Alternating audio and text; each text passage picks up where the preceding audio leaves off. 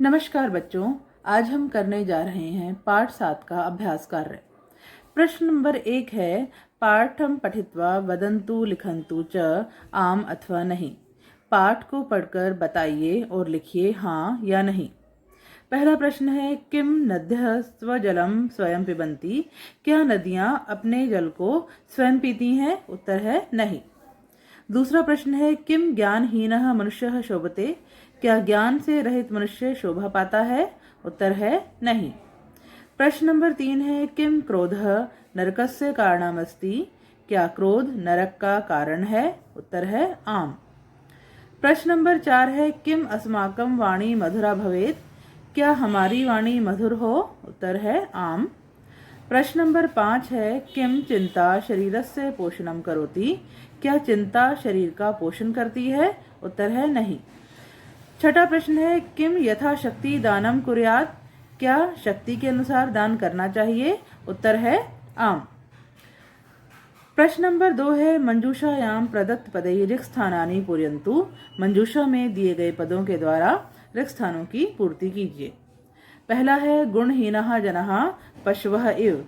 गुण से हीन मनुष्य पशुओं के समान, यहाँ पर आएगा भ्रमंती, घूमते हैं। इसके बाद है, ज्ञानम इव शरीरस्य आभूषणम न। ज्ञान के समान शरीर का आभूषण नहीं, यहाँ पर आएगा अस्ति, नहीं है। और बच्चों यहाँ पर ये जो भवती दिया है, यहाँ पर भवती भी आ सकता है, तो इसका मतलब हो जाएगा ज्ञानम इव शरीरस्य आभूषणम न भवती, यानी कि ज्ञान के समान शरीर का आभूषण नहीं होता है। तो इस वाक्य में अस्ति और भवती दोनों का प्रयोग हो सकता है।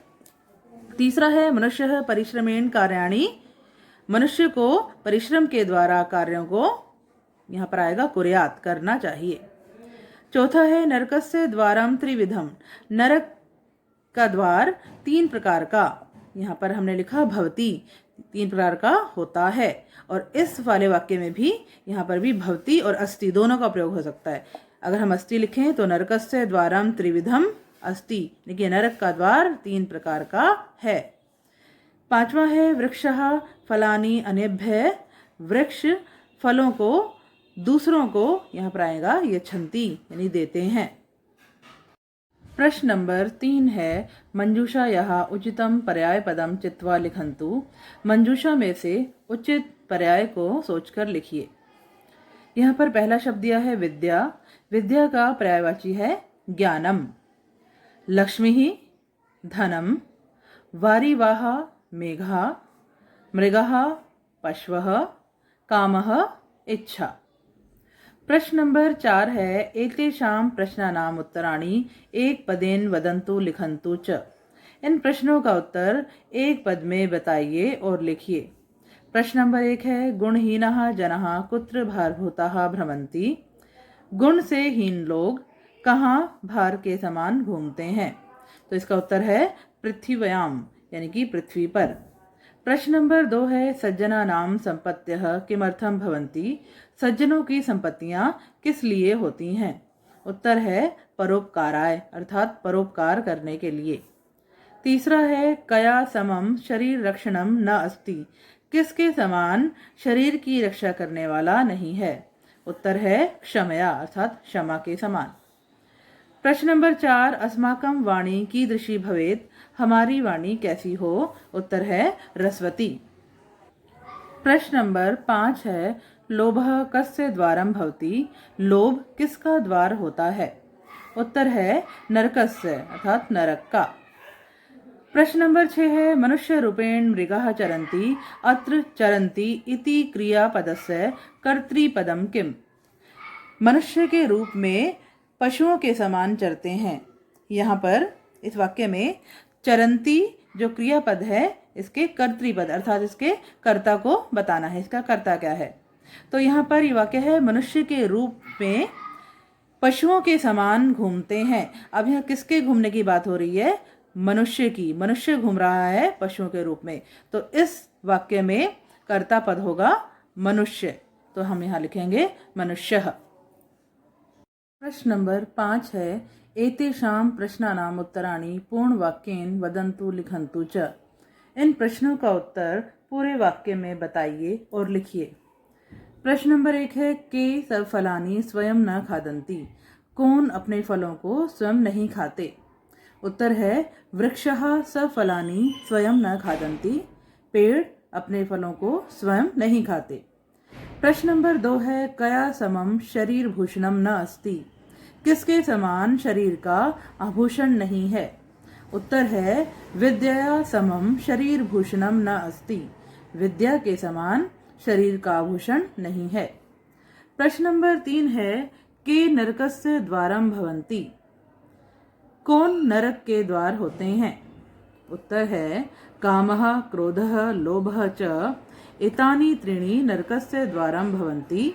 काम, क्रोध और लोभ ये 3 नरक के द्वार होते हैं। प्रश्न नंबर 4 है मनुष्य रूपेण मृगः इव के भ्रमन्ति। मनुष्य के रूप में पशु के समान कौन घूमते हैं? उत्तर है येषां जनानां समीपे कोऽपि मानवीय गुणः न भवति ते मनुष्य रूपेण मृगः इव भ्रमन्ति। जिन लोगों के पास कोई भी मानवीय गुण नहीं होता है वे मनुष्य के रूप में पशु घूमते हैं। प्रश्न नंबर 5 है अस्माकं वाणी कीदृशी भवेत्। हमारी वाणी कैसी हो? उत्तर है अस्माकं वाणी रसवती भवेत्, अर्थात हमारी वाणी रसवती मधुर हो। प्रश्न नंबर 6 है स्थूल पदम आधृत्य प्रश्न निर्माणम कुर्वन्तु। स्थूल पद को आधार बनाकर प्रश्न का निर्माण कीजिए। पहला वाक्य है लक्ष्मी ही दानवती भवेत्।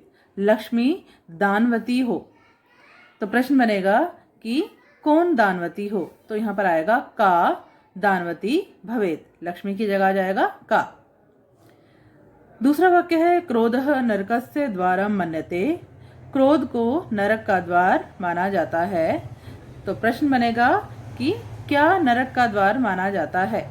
तो यहाँ पर आएगा किम नरकस्य द्वारम मन्यते, कि क्या नरक का द्वार माना जाता है। तीसरा वाक्य है दानेन हीनः मनुष्यः न शोभन्ते। दान से हीन मनुष्य शोभा नहीं पाते हैं। प्रश्न इस तरह से बनेगा कि किससे हीन मनुष्य शोभा नहीं पाते हैं? तो ये होगा केन हीनः मनुष्यः न शोभन्ते।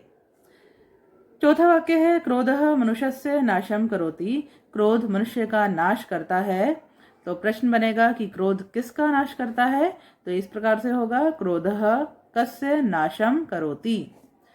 पांचवा है शुद्धया समम शरीर पीड़नम न भवति।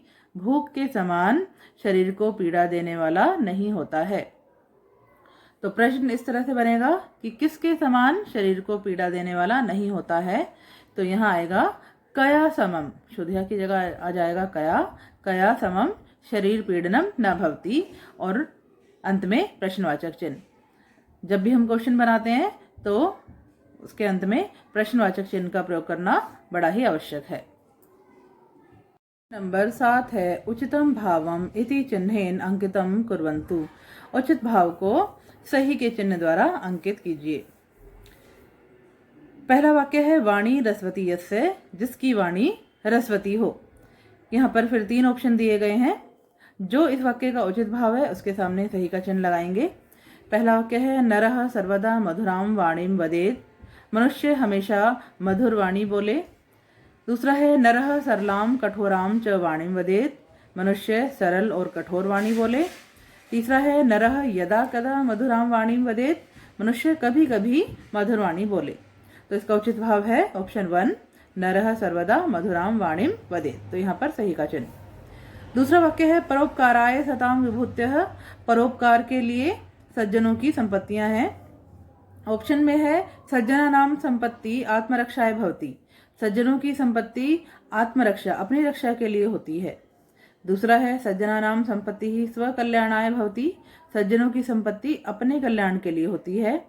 तीसरा ऑप्शन है सज्जना नाम संपत्ति ही अन्येषां परोपकाराय भवति। सज्जनों की संपत्ति दूसरों का परोपकार करने के लिए होती है। तो ये इस वाक्य का उचित भाव है, तो यहाँ पर सही का चिन्ह लगाएंगे। तो बच्चों ये था आपके पाठ 7 का अभ्यास कार्य। उम्मीद है आपको अच्छी प्रकार से समझ में आया होगा। वीडियो देखने के लिए आप सबका धन्यवाद। मिलते हैं नेक्स्ट वीडियो में, तब तक के लिए नमस्कार।